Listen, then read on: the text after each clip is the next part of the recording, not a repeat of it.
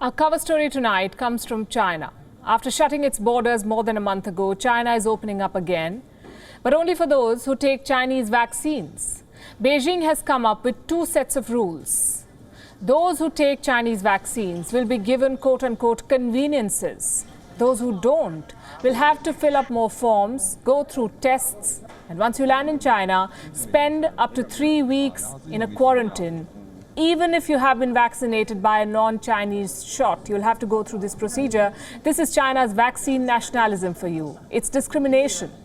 Beijing will make your life easier if you take a Chinese vaccine, but if you take a foreign vaccine like Pfizer or Moderna, Covaxin or AstraZeneca, you will have a tough time going to China. And here's something we must point out. All these foreign vaccines that I've just listed have proven their efficacy, while the Chinese vaccines are unproven. So why is Beijing doing this? Why is it forcing the world to take its unproven vaccines? Tonight on Gravitas, that's what we'll discuss. Let's start from the beginning. This notice from the Chinese embassy in India is where it all started. The notice says China will facilitate travelers if they take Chinese-made vaccines. It wants to resume quote-unquote people-to-people exchanges in an orderly manner. But here is the catch. India has not approved any Chinese vaccine. So even if you want to take a Chinese-made vaccine, you will not be able to do that in India. And here's something else that you should know. Since November last year, Indians have been barred from traveling to China. Beijing cited pandemic concerns for this ban. It suspended valid visas and resident permits. Many Indians have business interests in China. Thousands of Indian students are enrolled in Chinese university. This ban was a setback to all of them. And the situation is not unique to India. China banned travelers from most countries, giving the same reasons.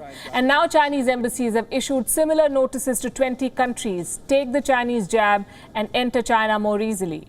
This list includes names like Australia, South Korea, and the United States. Again, these are countries that have not approved any Chinese shot. And for good reason. Like I said, the world does not know much about Chinese vaccines. Beijing has not shared a lot of data about them. But that hasn't stopped China from injecting people with these shots. Since last year, China has administered tens of thousands of people with its vaccines. Now it wants to expand its market, so it is coming up with these discriminatory rules. Let's say you decide to take a Chinese shot. What do you get? Well, first of all, an unproven chemical flowing in your body. If you survive it, you also get a simplified application process. You'll need fewer documents to apply for a visa. Here's another perk. You do not need an invitation letter. What is that? Earlier, if you traveled to China for business purposes, you had to produce an invitation letter. This was given by Chinese government departments.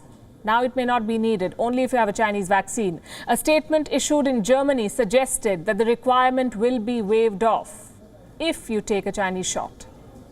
Now, what happens if you do not take a Chinese vaccine? Well, tighten your seatbelts for the hurdle race to China. You will need the following: a negative test for the Wuhan virus, which is a reasonable demand. Then you have to obtain an antibody test. If you succeed and you land in China, you will have to go into quarantine for up to 3 weeks. Well, we hope you enjoy your stay.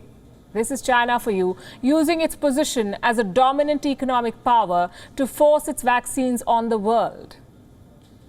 And I'm sure some of you are wondering, how bad can the Chinese vaccines be? To which I'll say, how big a chance are you prepared to take? And who would you rather believe, China's Communist Party or international experts? Beijing maintains that its shots are safe. But public health experts have raised concerns. They say Chinese companies have not been transparent about their clinical trials. Then we have the Chinese state media saying that more than 60 countries have authorized the use of Chinese vaccines. Earlier this month, Human Rights Watch highlighted what's worrying about Chinese vaccines. They say more than a dozen vaccines are in clinical trials in China, but as of the first week of March, none of the vaccines had received full regulatory approval. Neither have the companies released phase 3 trial data. Now, you know that phase 3 trials are large-scale studies to assess the level of protection that a vaccine gives. Instead of releasing data, China seems to be cracking down on those who advocate for vaccine safety. In October 2020, an outspoken critic of Chinese vaccine companies disappeared. Then in January, a vaccine safety advocate disappeared. This was just before the visit of the WHO team that went to probe the origins of the virus. On the Chinese internet, social media posts raising questions about the safety of Chinese vaccines were removed.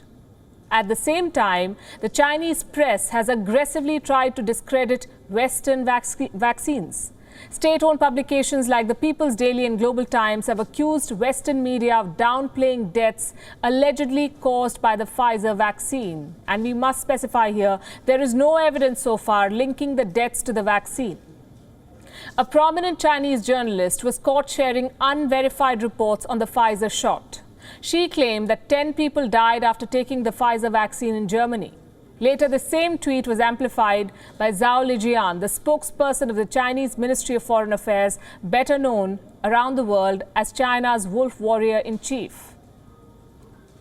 You see, the pattern is clear. Discredit foreign vaccines and force Chinese vaccines on the world. WION is now available in your country. Download the app now and get all the news on the move.